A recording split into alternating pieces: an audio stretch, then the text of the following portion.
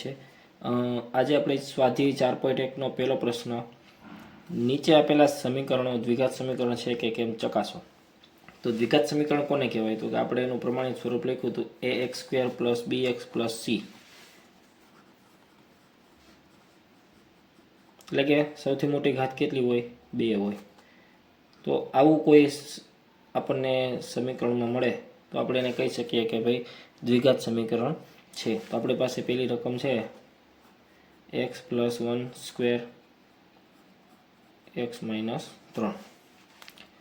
હવે x² + 2x + 1, અહીંયા a + b no square એટલે a² + 2ab + b², આ વસ્તુ અહીં લાગે 2x - 6, 2 નો ગુણાકાર 2 હારે થાય।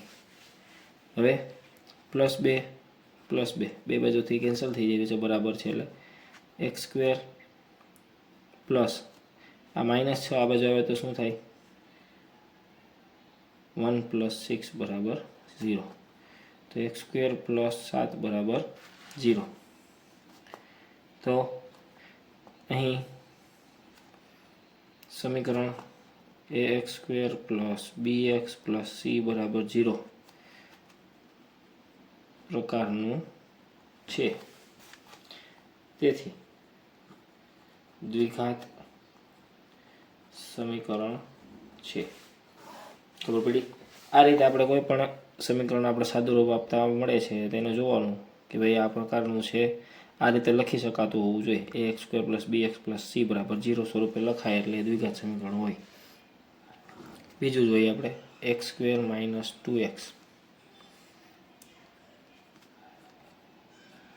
3 - x, x² - 2x બરાબર -6 માઇનસ થઈ જાય +2x। હવે આ બધાને એક બાજુ લઈ લો, x² - 2x - 2x +2 તો આ બાજુ માઇનસ થઈ જાય, -6 આ બાજુ તો પ્લસ થઈ જાય, x² - 4x + 6 = 0। અહીં ax² + bx + c = 0 પ્રકારનું સમીકરણ છે, તેથી દ્વિઘાત સમીકરણ છે। હવે આપણે ત્રીજો પ્રશ્ન જોઈએ, x - 2 x + 1 x - 1 x + 3। તો આની અંદર x² પ્લસ પહેલાનો પહેલા હારે ગુણાકાર, પહેલાનો બીજા હારે ગુણાકાર, બીજાનો પહેલા હારે, બીજાનો બીજા હારે, પહેલાનો પહેલા હારે x², પહેલાનો બીજા હારે x - 2x - 2 બરાબર xx x², 3x 3x, 1x એટલે x અને -3। હવે બે બાજુ +x² કેન્સલ થઈ જાય, પછી તો કે અહીં x માંથી 2x જાય તો -x - 2 વધે, 3x માંથી x જાય તો 2x - 3 વધે, બધાને એકારે ભેગા કરી લો તો x - 2 - 2x + 3 = 0, -3x + 1 = 0। અહીં સમીકરણ ax² + bx + c = 0 પ્રકારનું નથી, તેથી દ્વિઘાત સમીકરણ નથી। ચોથો પ્રશ્ન જોઈએ, x - 3 2x + 1 = x + 5। હવે આની અંદર જોઈએ આપણે તો કે 2x² + x - 6x - 3 = x² + 5x। 2x² અને x² અને 5x ને આ બાજુ લઈ લો તો 2x² + x - 6x - 3 - x² - 5x = 0। હવે 2x² અને x² શું વધે? x², 6 અને 5 11x, 2 માઇનસ એટલે સરવાળો, એમાંથી +x બાદ કરીએ એટલે જવાબ આવે -10x। અને -3 ને -3. તો આ સમીકરણ કેવું છે? તો કે અહીં સમીકરણ ax² + bx + c = 0 પ્રકારનું છે. તેથી દ્વિઘાત સમીકરણ છે. હવે આગળ જોઈએ આપણે દાખલો 5મો. 2x - 1 x - 3 x + 5 x - 1 2x² - 6x - x + 3 બરાબર x² - x + 5x - 5. ચાલો 2x² બધાની બાજુ લઈ લો. 2x² આ -6 -1 એટલે -7x + 3 -x² પ્લસ પેલા માઇનસ આવશે કારણ કે -x + 5 એટલે 4 થઈ જાય બરાબર. તો +4 આ બાજુ આવે તો -4x -5 આ બાજુ તો +5 બરાબર 0. 2x² x એટલે x². 7 ને 4 11 x + 8 બરાબર 0 બરાબર. તો આ સમીકરણ આપણું કેવું છે? તો કે અહીં સમીકરણ ax² + bx + c = 0 પ્રકારનું છે. તેથી દ્વિઘાત સમીકરણ છે. હવે એના પછીનો દાખલો જોઈએ આપણે 6. ax² + 3x + 1 બરાબર x - 2². તો x² + 3x + 1 બરાબર x² - 4x + 4. બે બાજુથી x² કેન્સલ થઈ જાય. 3x -4 આ બાજુ આવે તો +4x + 1 -4 બરાબર 0. 7x - 3 બરાબર 0. અહીં કહેવાનું અહીં સમીકરણ ax² + bx + c = 0 પ્રકારનું નથી.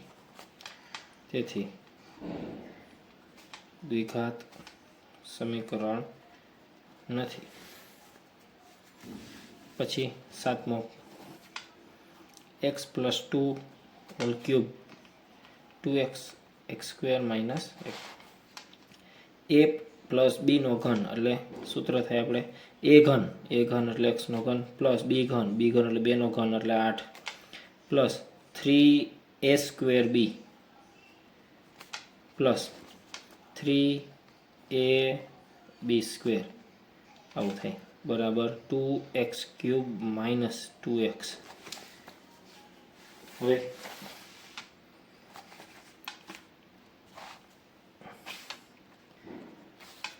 x નો ઘન પ્લસ 8 પ્લસ 6x² 2 દુ 4 થઈ 12 12x બરાબર 2x નો ઘન - 2x. આ બેને આ બાજુ લઈ લો તો x નો ઘન plus 6x² plus 2x plus 8 - 2x નો ઘન પ્લસ 2x બરાબર 0. તો વચ્ચે શું તો આપણી પાસે -x નો ઘન વધે 1 છે અને -2 છે. હવે -x નો ઘન પ્લસ 6x² પ્લસ 4x